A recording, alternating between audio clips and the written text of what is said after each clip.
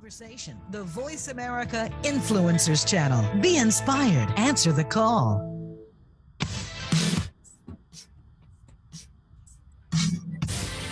It's time to rock your midlife with Dr. Ellen Albertson. Are you ready to get real, break through, and learn how to make your midlife the best time of your life? Take on those life challenges and turn them into opportunities? Let's rock. Here's Dr. Ellen. Hey, everybody. Dr. Ellen here, the Midlife Whisperer. I am so thrilled that you are here because we have such a fun show. We are going to talk fashion. We are going to talk getting to your paradise. It's going to be a great informative show. And if you like today's show, please go to your favorite podcast platform and review it. Let me know what you like. And if you want to reach out to me, you can always find me at themidlifewhisperer.com. That's themidlifewhisperer.com. So I've got a question for you. Are you stuck in a rut? Think about it for a moment. This is something that I hear so much from midlife women. You know, it's so easy to get comfortably uncomfortable. You keep doing the same thing day after day, wearing the same sweatpants, drinking the same coffee, going to the same places, seeing the same people, and you wonder why life never changes. Well, today's show is going to help you to get unstuck, feel beautiful and confident, and start to create your dream life. Our guests are going to share how to find worthiness through wardrobe. I kid you not, you can change your life by starting in your closet, and how to claim your dream life on a shoestring budget. But let's talk a little bit about this stuckness, because, you know, at midlife, we are so dug in because we've got all these relationships. People are depending on us. We might have a job that we don't like, but we need the paycheck.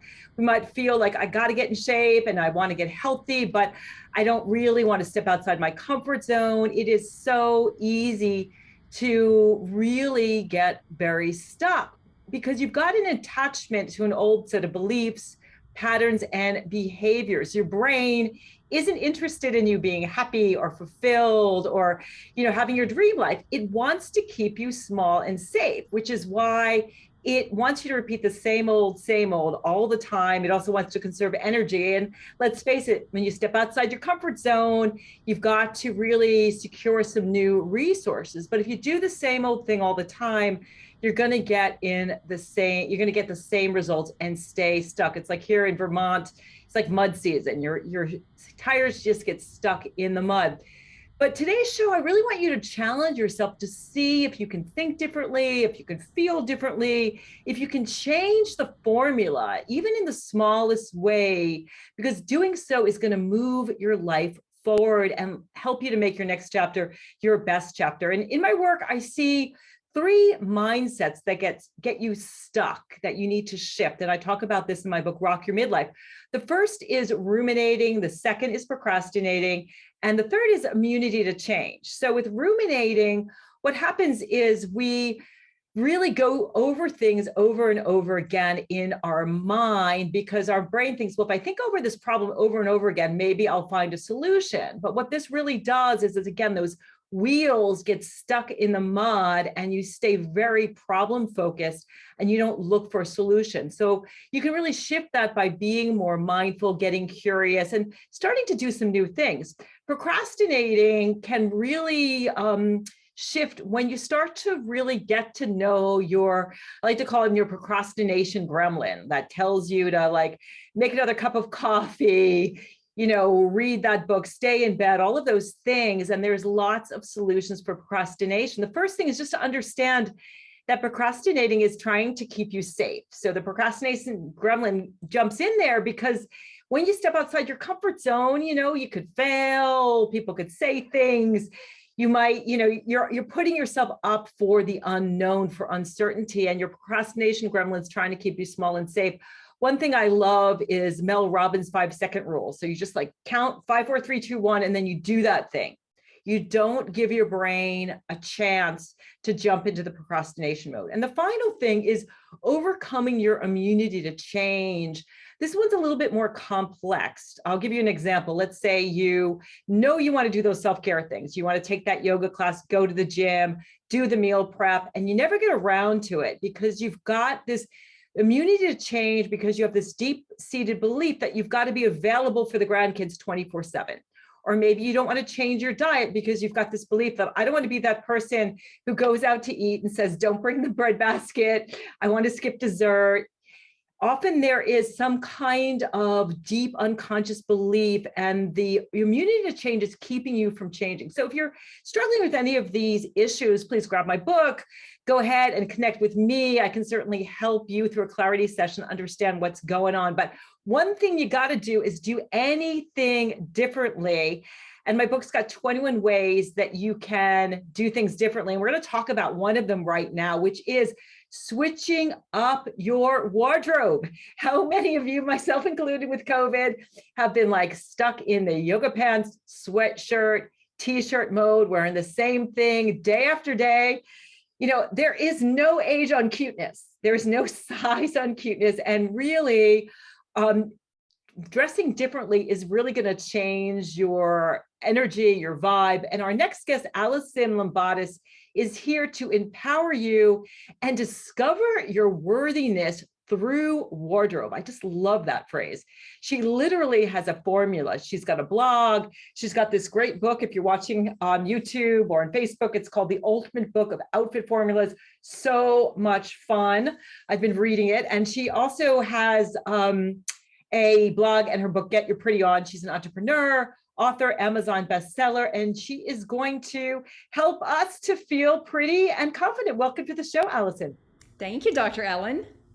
And thanks for your book. I was reading it over the weekend, and I was like, yeah, I'm going to put on that, that lacy motorcycle jacket that I have. I've kind of been like switching things up, looking for my leopard, and it's just such a fun book. Thank you. And I love your moto jacket. If you're not watching, you need to tune in and see that. It's super cute.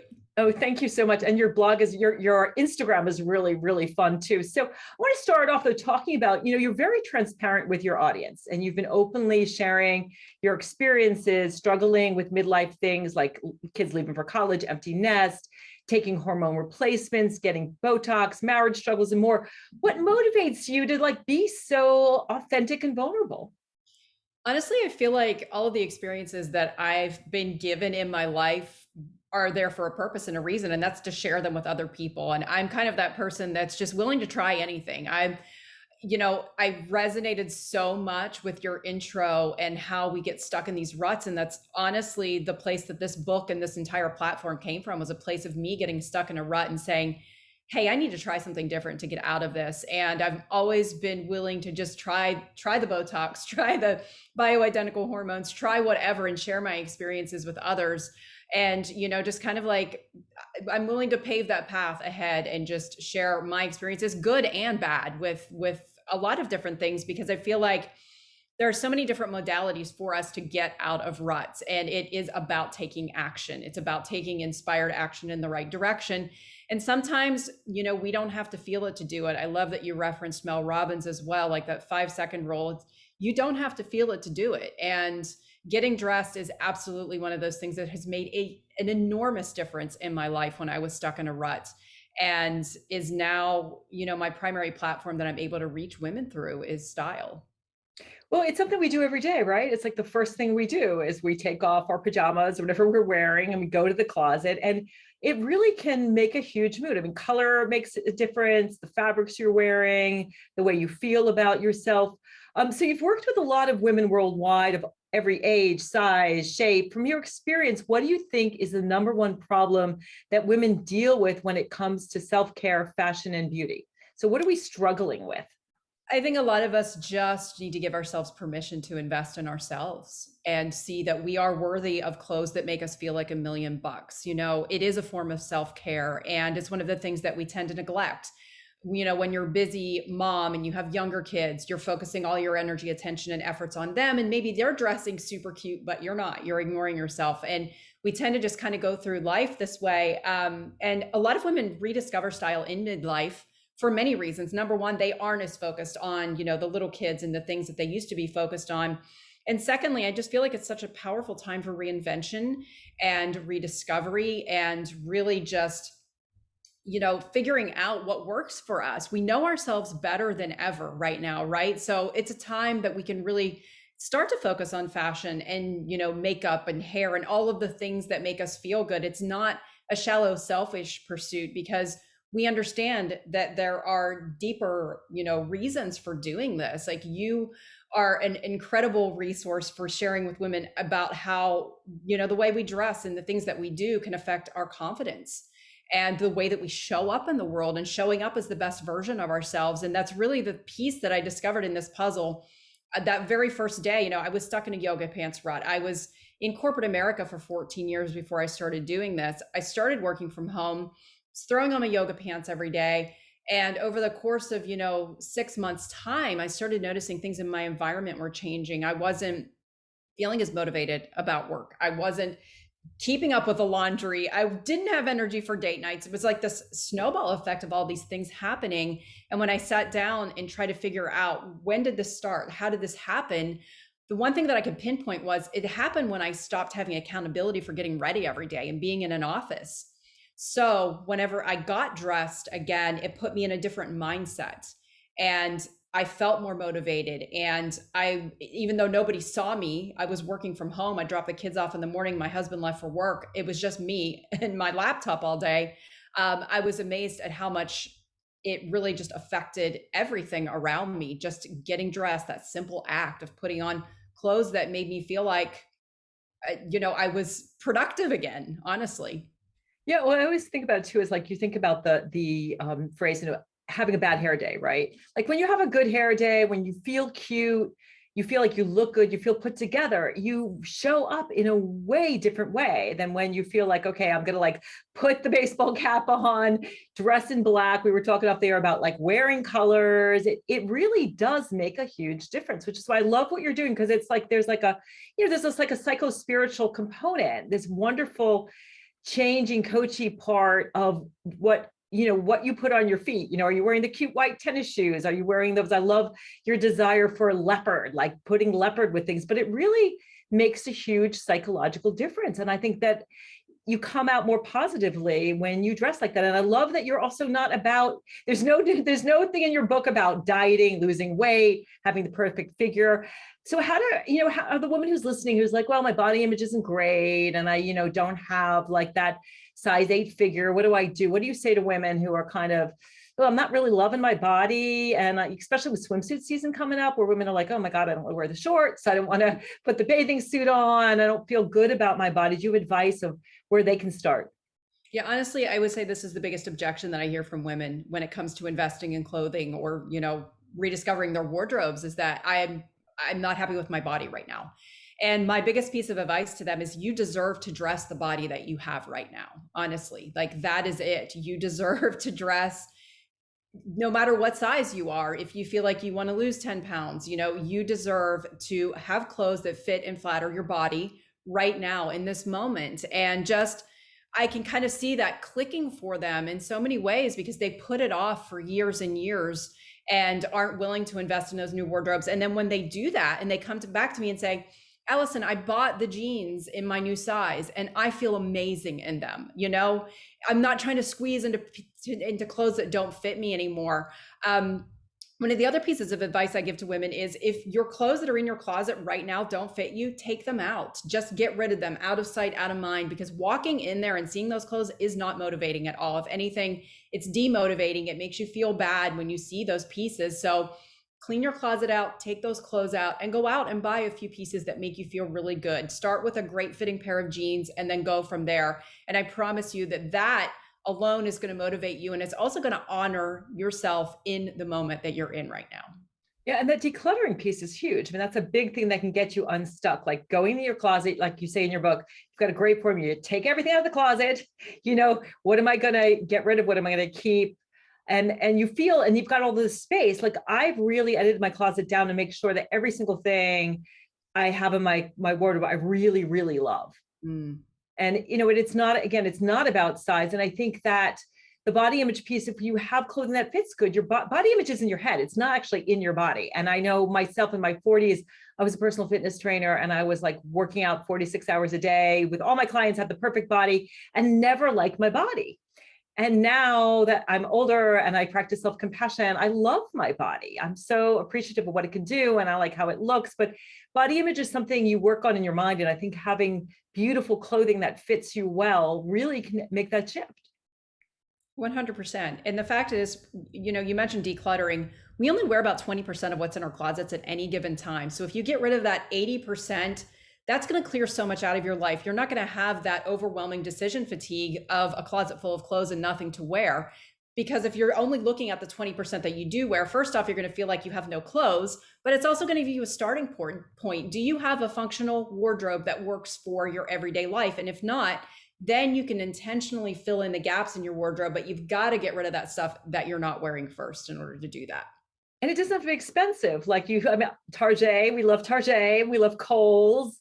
There's lots of cute things in all kinds of places. I personally love thrifting. So let's talk a little bit about this idea of the capsule wardrobe. So you were an engineer, correct? Correct. And how did you use your engineering background? I'm curious, what kind of engineer were you? I was a telecom engineer.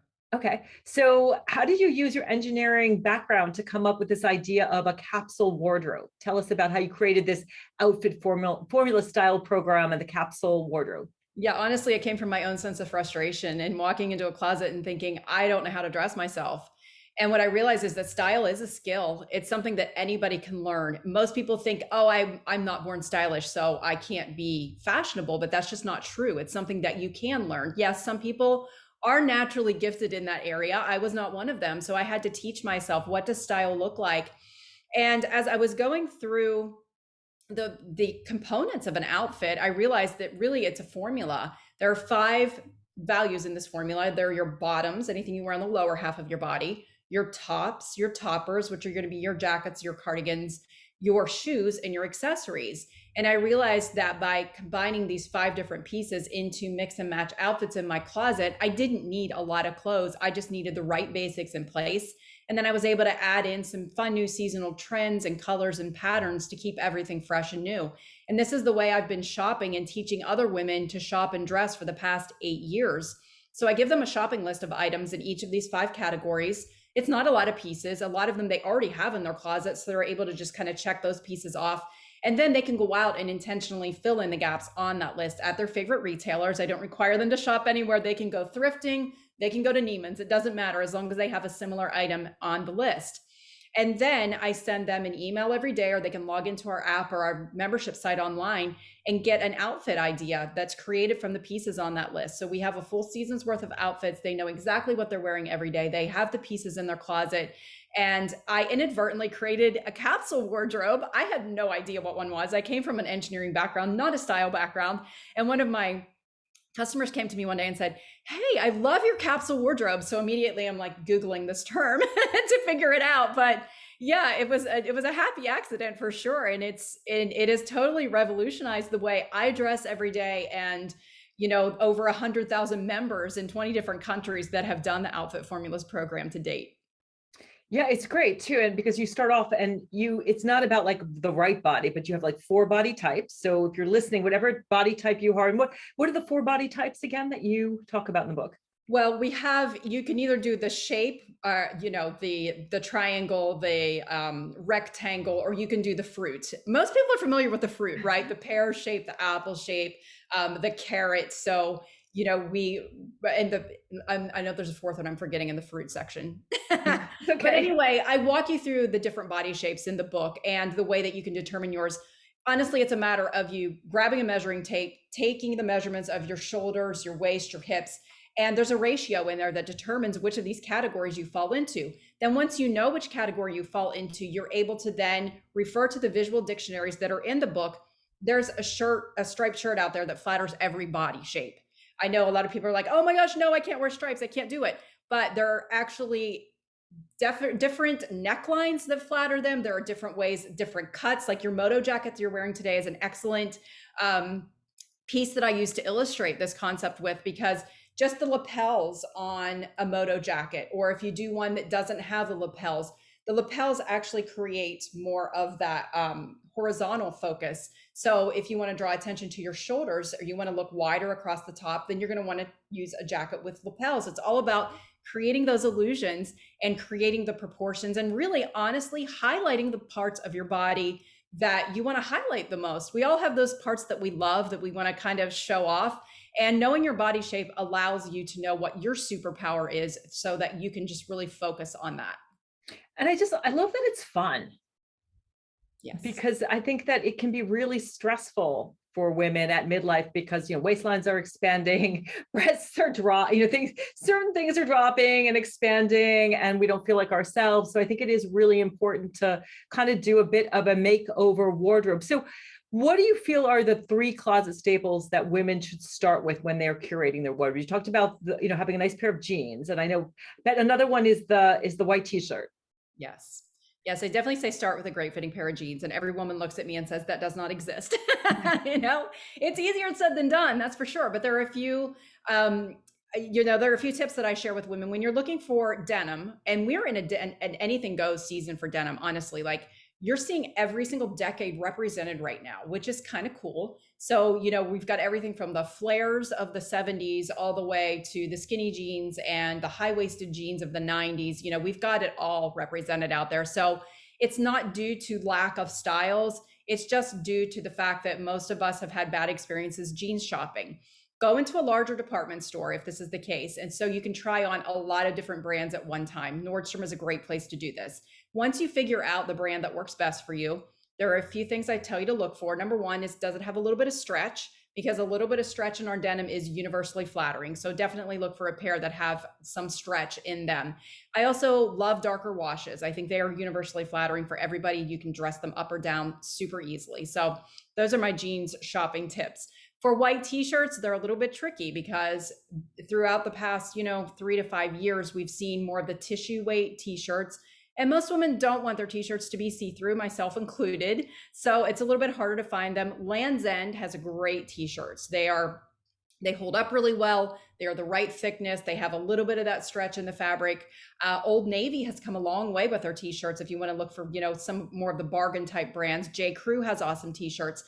Target has amazing t-shirts. I'm glad you mentioned them earlier. I love shopping Target for a lot of my basics like tanks and tees. So those are some great places to check out. And the fact is, white t-shirts do not hold up for long. So just expect that you're going to have to get a new one, every year to 2 years, and know that that's going to be the case. They get dingy very easily and they're not going to hold up for a long time. So don't invest in it, just get a bunch of them. So exactly. What's the third piece? So we've got get a great jean. We've got get a white t-shirt. You talked about a striped shirt, which I guess aren't the third. I would think the third is some kind of jacket. And I love when I've seen your pictures, you look fabulous in blazers. So that seems to be a look with you, denim with a t-shirt with a blazer. Is it blazer or a jacket, the third piece? Absolutely. And a blazer is something that you can dress up or down easily. Again, the moto jacket is such a versatile piece too. And I feel like it's a great substitution for a blazer. It's less formal, but you can absolutely dress it up or down very easily, t-shirt, jeans, sneakers, or you can wear it just like you would a blazer in an office environment with a pencil skirt and high heels as well. I personally love my jackets as my signature pieces. So we were talking off the air. I just love thrifting and finding just really incredible, amazing, unique pieces. But then you can just have regular jeans and a t-shirt that totally gives you your sort of a signature style. 100%. Yes. And it's all about figuring out that signature style. And if you don't know, which a lot of women don't, it's difficult to figure out what is my style. I don't know my personal style, or it's evolved and shifted and changed, and I'm not sure what it is anymore. I left corporate America, which was my story, and now I don't know how to dress for the rest of the world. One of the tips that I recommend is head to Pinterest. Start pinning outfits. You can do searches as broad as women's outfits, or you can narrow it down to something, like casual outfits or weekend wear or whatever you want it to be. And then just start randomly pinning pieces, about 25 to 50 different outfits that just catch your eye. Go on gut instinct. Don't overthink this. And when you're done, sit down and look at that board that you created and see if there are commonalities in those pieces. Are you drawn toward more feminine items? Are there a lot of ruffles and lace? Is there pink? What colors are you drawn to? What patterns? Maybe it's modern, maybe it's edgy, maybe you're more eclectic and it's kind of all over the place. But this is going to really give you some good, solid hints about your personal style. And also, don't get too locked into it. I feel like I was preppy, most of my life, but now I've been leaning more into my feminine side and leaning more into boho vibes. And it's okay. You can wake up tomorrow morning and decide that you want to be something totally different than you are today. Again, I think this is some of the fun of being in midlife, is that we just don't care as much anymore, right? What other people think. And we're willing to try on different personas and really just express our personalities through style. And it should be fun. And so what are the trends you're seeing? And we're talking about having fun. And I feel like, I don't know, I feel you could wear anything these days. I used to be in retailing, and my first job out of college, I was a corporate retail executive for an organization named Madison Sachs, Gimbels, Marshall Fields. And I was so into fashion and trends and colors. So I know you can wear like anything, and that's kind of my philosophy, but what is happening right now? And as we're talking about sort of spring, summer of 2022, what are you seeing for trending? We're seeing a return of bright colors, which makes me super happy. We discussed offline before we started that I grew up in the Northeast. So I had a lot of black and gray and white and neutrals in my wardrobe. And I still love neutrals, but they're more lighter neutrals these days. But yeah, we're seeing lots of bright pink and bright green and bright yellow. So a return of brights is coming in. We're also seeing gingham for our patterns as we head into summer. Leopard, which we love. Leopard is a neutral. We can pair it with anything else. We're also seeing high-waisted everything, high-waisted shorts, high-waisted jeans, love it or hate it, it's there. There's a resurgence of the 90s and the early 2000s out there at most retailers. And I'm seeing a ton of blue and white for summer, which I think is just so fresh and wearable, from everything from blue and white patterned sundresses to button downs, you name it. There's a lot of crisp blue and white out there. Yeah, I love that. And it's interesting. I like the high waisted. We had low waisted for the longest time, and they're not comfortable. That's a rule for me. Like I have leopard clogs, but I wear like clogs, sandals, boots. And that's it. I ditched the high heels when I turned 50. It was like, I don't want to, my feet being squished into something. But and I love when I see the stuff that you're doing. I love when you wear neutrals with a bright. I think that is such a great look, to have like a jean with a white t-shirt and then throw a pink little kitten heel in there. Yes. It's so much fun. I wanted to say, two places I am seeing my great things are, I really like Costco. Occasionally I scored a pair of white sneakers for like $20 in Costco a couple weeks ago. And Amazon's great because you can they'll have this try before you buy things. So you can try on things and then just mail it back if you don't like it. And it's a really good opportunity to step outside your comfort zone. Absolutely. I have about 5 things right now in my try before you buy cart. I love it. And sometimes I try them and they just don't work out, but it's a great way to be able to try things on at home. Especially, I don't enjoy shopping out in the stores. I order almost everything online unless I absolutely need it today. So this is a great way for us to try out different personas with our style and see if something suits us. So Allison, if people want your book, they want to get in touch with you, what is the best way to connect with you? Absolutely. So my book is on Amazon or anywhere books are sold. And you can also check out Outfit so Formulas. Fun. Yes, thank you. Check out outfitformulas.com for some style advice. We've got a great blog over there, Outfit Formulas Official on Instagram, or you can follow me on Instagram, Allison Labatis. And your Instagram is so much fun. Thank you. So thank you for being here. I hope that you will stay on the other side. And Dawn's going to ask you a question. Our next guest, when we come back from the break, we will be talking with Dawn Fleming. She has written an amazing book called Claim Your Dream Life. And she is going to tell you how you can retire in paradise on a shoestring budget. So you're going to want to stay tuned to that. Hey, you are listening to Rock Your Midlife. If you want to get in touch with me, just check out themidlifewhisperer.com. That's themidlifewhisperer.com. I'll see you on the other side of the break.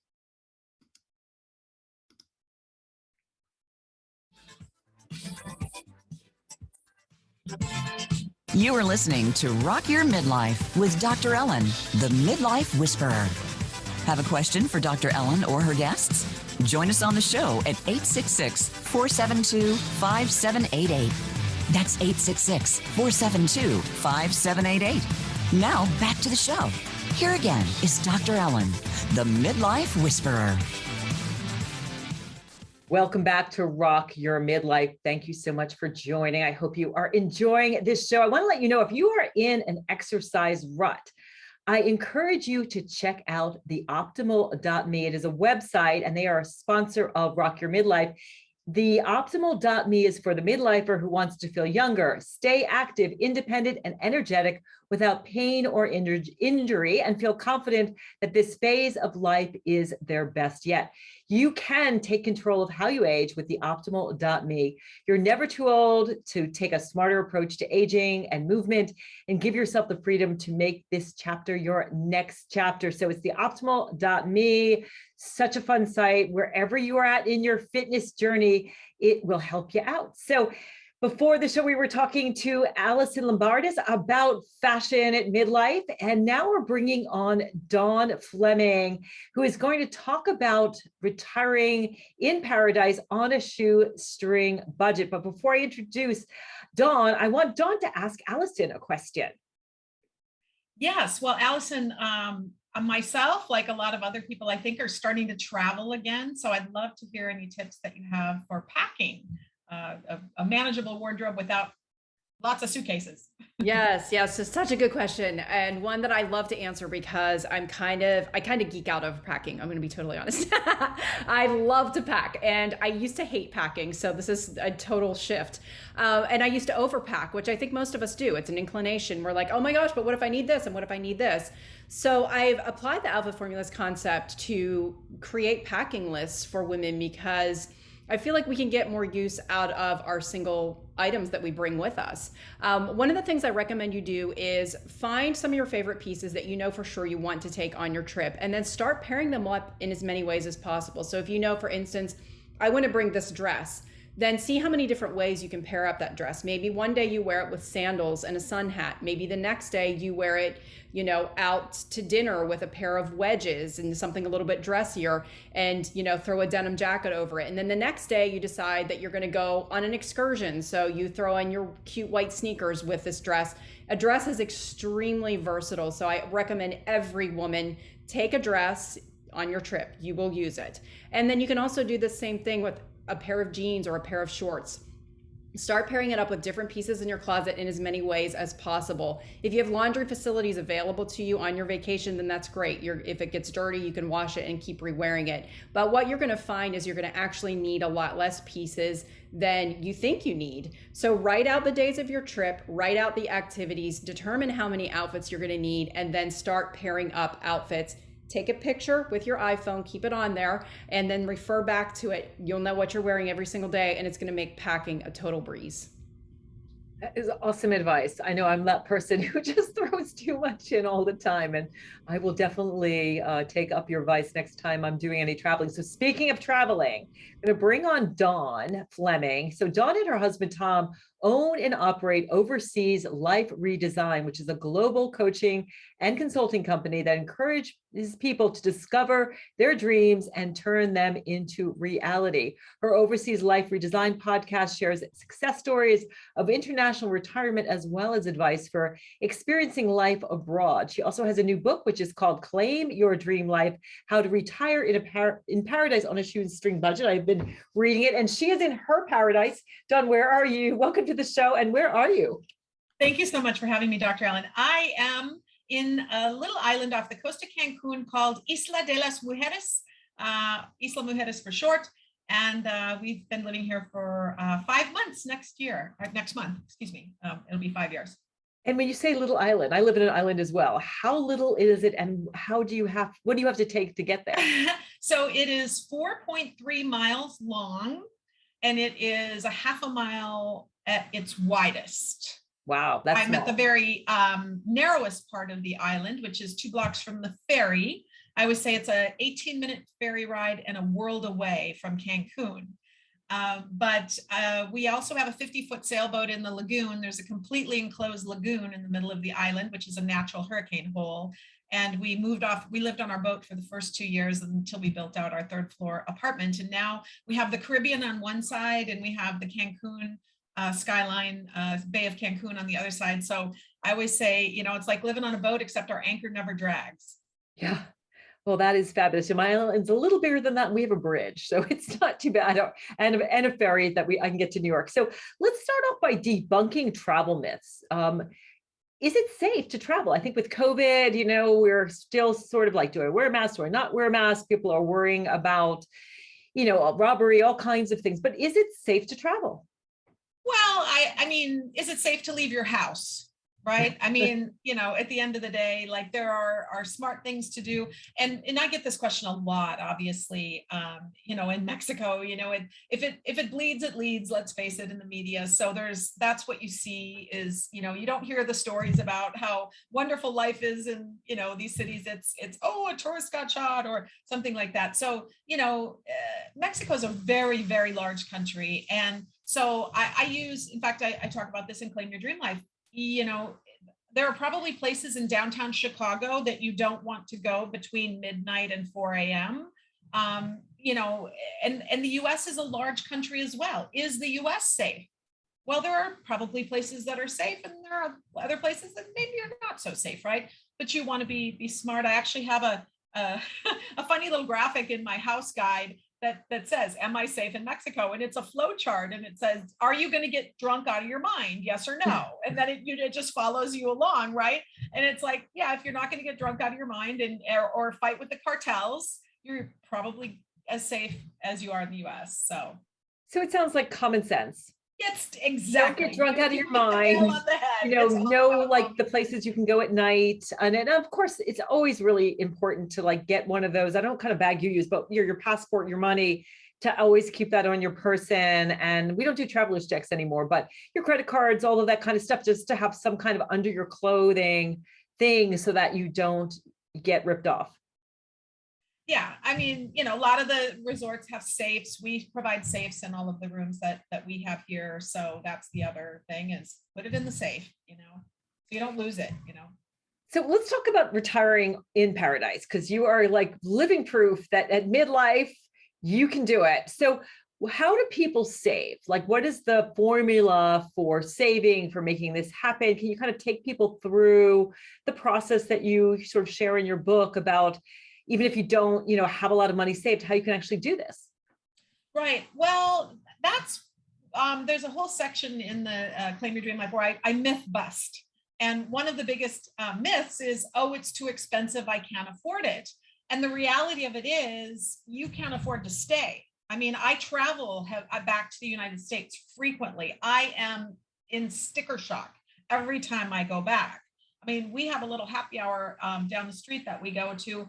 We'll basically have dinner, like coconut shrimp and chicken tacos, a couple of beers, a mojito, frozen mojito, and it's $15 for two. Wow, we would pay $15 for one drink. Or one each, exactly. That's what I'm saying. One cocktail. I mean, yeah. I mean, I just booked health insurance. We just got annual physicals. Tom turned 70 last year. I turned 60, and with COVID, we got a little bit delayed on our checkups. We just went down the street to get a blood test. We both got full blood panels. Hadn't had them in 5 years. We're like, let's check our blood work. We walked in, no prescription. It was 4,400 pesos, which is $220 for both of us, with a urine test, PSA for him. And then we went and made an appointment with Dr. Greta, who's a British physician on the island. She's lived here for years. And she spent a good 45 minutes with each of us, going through all of our blood work, full physicals, everything. I went to the counter, I said, how much? It was 1,000 pesos, which is $50. Wow. For 2 full physicals. And I pay, Tom has Medicare just as a backup emergency. We take no pharmaceutical medications. We're healthy. We eat well. We exercise. I pay $139 a month for an international health insurance policy that covers me globally with a $5,000 deductible. And it's half that if I use in-network. Wow. So people need to, if you're thinking about you're stuck, change your thought process and say, I actually could live cheaper and better and easier abroad. Yeah. And in fact, you mentioned my podcast. I just did a show on Monday about the contrast between the FIRE movement. You're probably familiar with that, right? Financial independence, retire early. And I contrasted that with my philosophy, which I can't go into. I talk about it a little bit in the book, but it's basically escape. And the ES stands for economic satisfaction. What does it take for you to be satisfied, to have a lifestyle that satisfies you on a monthly basis? Because the financial services industry has us obsessed about having this big pile of money that if any of you have gone through what Tom and I have, which, you know, Tom, single dad, raised 2 kids, lost a business, melanoma survivor, you know, another divorce. I've been divorced, got wiped out in the financial crash. Like, we didn't have a big retirement fund. And I know that's true for a huge majority of people living in the States. Especially these days, because right? the market's Going south, to tank, inflation's up. And so everybody's obsessed about, oh my gosh, how am I going to ever accumulate this big pile of money? And I'm saying, no, don't focus on that. Focus on your monthly cash flow. That's one of the reasons we decided to forego buying the big waterfront property in Florida when we were finally able to recover from that crash and be able to buy something. I said, you know, we're doing well now, but I don't want this big monster that has to be fed every month, you know, $8,000 a year for, you know, real estate taxes for waterfront property, hurricane insurance. You're at $1,000 a month and you haven't even started to talk about a mortgage yet. And everything we looked at was $1 million from Sarasota, Bradenton, all the way to Naples, if you wanted to live on the water, for us to be able to have our boat. So I said, let's go to Isla. Let's buy something that puts money in our pocket. We bought this place for $475. Well, we live on the 3rd floor, but I mean, it's a multiple 6-figure a year property, and it's quadrupled in value since we purchased it in 2016. So I guess we do have our nest egg. Yeah, that's if fabulous. We were to sell, but you know, we were, you know, 50 and 60 years old when we left California and started over. Basically, we started over. We lost just about everything. So people are listening and they're like, okay, it feels very abstract. Give us some concretes. If someone is, you know, midlife and they're empty nest and they have a little savings, but not a lot, where do they even start to think about where I might live, how to do it? What does that look like in terms of things like citizenship? Where do you start to put this dream together? Oh, you just teed that one up for me, didn't you, Dr. Ellen? That's why I wrote the book. That is exactly why I wrote the book, because we kept getting that. In fact, this whole company, Overseas Life Redesign, came to be because my husband's never met a stranger. I'm a little bit shy, believe it or not. And we would go to the beach and he would meet people and he just goes talk to anybody and, oh, where are you from? And, oh, how long are you here for? And where are you staying? And all of this. And then of course they would say, well, where are you from? And he would say, well, we live here. And they would go, what? Right. And so this kept happening over and over and over. People kept asking us like, we want to do that too. Where do we start? And so I started doing free workshops in a Facebook group. And I was like, okay, if I just went back for our journey, which actually took us 7 years, it doesn't need to take that long, but that little crash interrupted us. But I went through that whole process. So the first step actually is clarity. Most people don't get what they want because they don't know what they want. And we're so busy and distracted in our world. I mean, you know, whether it's social media or Netflix or whatever, I mean, we all cocooned, right, with COVID. And so, but I think that's why there's so much interest in this is people kind of went inside, right? And was like, I don't know. Time to reanalyze, reset, you know, think about, you know, like world's going to be different. And so really the answers are within. And that's one thing that separates what I do with some of the other publications that are out there. You know, like what started our journey was International Living Magazine. It's great. It's a great magazine, but it's really focused on the externals. What are the 10 best places to retire? And my question is always, for who? Right? I mean, you need to figure out, like, your paradise is in Vermont, you know? My paradise is the tropics. Our paradises are not the same, fortunately, right? We can't all live in the same place.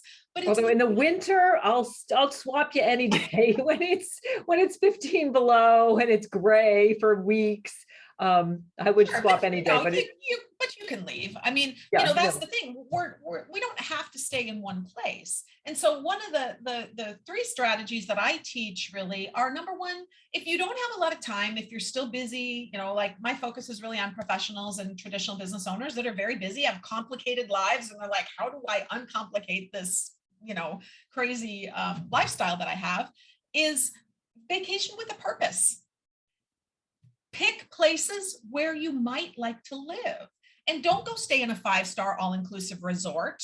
That's not real. That's not how you would live. Go find an Airbnb in a neighborhood, in a barrio, and figure out, start talking to people that live there, expats if possible. Hey, what are the pros? What are the cons? How do people live? And so that boots on the ground reconnaissance trip is priceless. I mean, that's how you can start that process, even if you don't have a lot of time. And then from there, I teach, if you have a little bit more time, lots of the folks I've interviewed and folks that I've worked with do what we call a beta test. When they roll out a new software, right? So go rent an Airbnb for a month. You can oftentimes get a longer term rental for what you'd pay for a week stay, right? At a higher place vacation rental, and go try it out. Go to the market, figure out what are the services there. Is there a chiropractor? Is there a veterinarian? Is there a doctor? All of these things. And so there's a whole big long checklist. In fact, that's the next iteration of my workshop. I don't do the workshop anymore because now it's all in the book. You don't have to go to the workshop. You can just read the book, and it has a lot more than I included in my workshop. So now my next workshop that I'm going to be launching probably the end of June, I'm playing around with the date, is going to be how to do a beta test, and like with the whole checklist on what because there's no right or wrong, right? It's either yes or no. You just go there, you're like, could I live here or not? That's all you're looking for, is certainty. And then from there, if you have the luxury to do a sabbatical and actually just take a year and try it. Actually, one of my previous interviews this past month was with a lady who rented an apartment here on the island for a year. Even though she wasn't living here, she was still living in the States. She rented it so that she would have a place because she wanted to buy a condo, which she did end up doing that. But her beta test before buying was to rent a place, because unlike in the States, like if something needs to be fixed, you don't call your landlord here and say, hey, will you fix this? It's like, that's on you. That's normal. Like you're going to fix it. Right. So she got to experience what it would be like to own property. Like, how do I find vendors to be able to, fix stuff? And it's really inexpensive. I mean, I give some of the prices of things in there. There's a side-by-side budget. Actually, my friend Diane, who decreased her expenses by more than 50% by moving from San Antonio, Texas, down here to the island. Yeah, so it sounds like it's like dating, right? So go somewhere for a week, you date, see if you like it. If you like it, then stay for a month, and maybe stay for a year, and really get to know the land, the people, the facilities, what you need, and really feel it out before you buy. And then you have a really great section too about actually buying a business. Can you share some of the ideas of how you, like yourself, it's like, okay, let's buy, a resort, like, so you've got like a mini resort.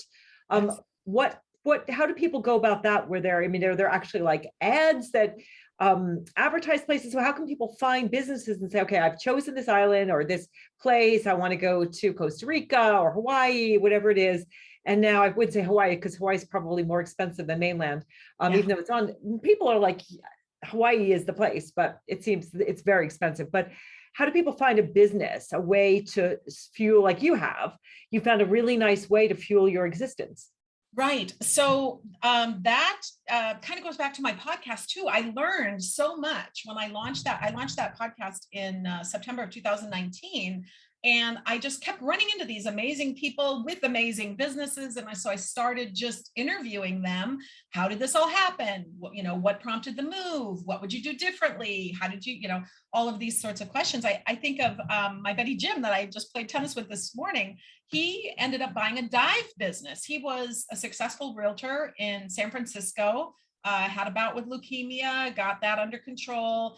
The crash happened in 2008. He's like, I'm over this. I don't want to do this anymore. Had this passion for diving, actually went down to Belize, was looking at all kinds of dive businesses to purchase, wasn't finding the right thing, came here, and there wasn't anything available. But like most things in life, it's all about the relationships. So he started talking to all of these different people about what he was looking for. Well, lo and behold, he goes back to San Francisco, gets a call, says, hey, there's this dive business. The lady died and her heirs don't want it. There's a boat. It's not a going concern, but she had, diveislammujeres.com or something. I mean, she had this amazing domain, right? She had a customer list. There was a boat. which of course always needed more work than what you think. But anyway, he was able to pick up this dive business for dirt cheap because it wasn't flowing, but it was better than starting with nothing. Right? He didn't have to start from scratch. He had basically a few bones and things that he was able to do. And he built it up and he ended up selling it about a year ago, I guess. And now he has a sailboat and he does some kind of under the radar charters with it.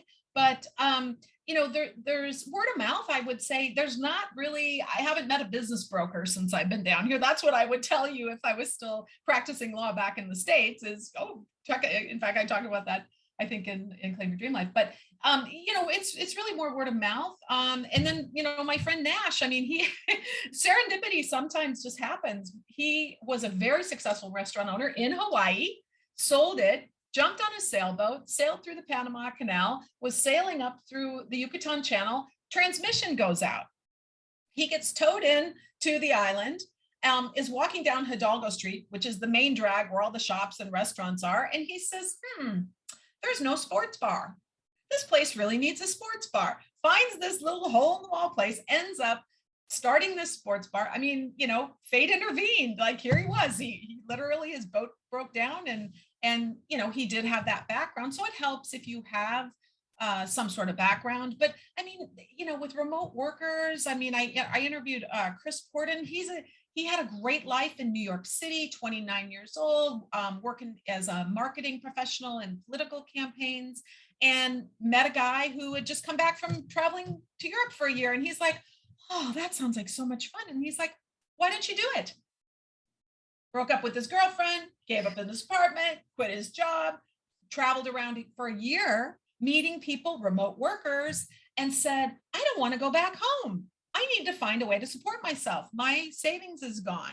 So, but he was connected now to all these other digital nomads, these job boards. And so now he works helping with university financing, student loan stuff. So I would say the bottom line is test it out and just do it. Just get started. So we only have a few moments left, and I want Allison to ask you a question to reciprocate. Allison, do you have a question for Dawn? Because I know that you kind of know where she lives.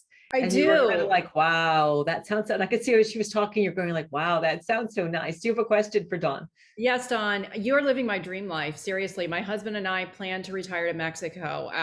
You know, we're looking at places kind of south of Cancun right now, but for someone like me, you know, we come down usually 2 to 3 times a year. We know the area very well. We definitely want to live there. Do you have any tips for finding properties? Yeah, so that's that's a whole nother topic. I do talk about it a little bit in Claim Your Dream Life. But one thing people need to be aware of is, how do you become a real estate agent in Mexico? You raise your hand and say, I am a real estate agent. There is no licensing framework required. Now, there is a voluntary system that's been put in place, and the realtors are starting to get, you know, the credential, the license, but you've got to be very careful who, in fact, I have a checklist. I'm gonna have to cut you off because we've got 10 seconds. Oh, okay. You guys can just chat out offline. Okay. Thank you all so much for listening. You've been listening to Rock Your Midlife. Want to get in touch with me? Go to the midlifewhisperer.com. That's the midlifewhisperer.com. Dawn and Allison, it has been such a joy to be with both of you. We'll see you all next week. Thanks so much for listening.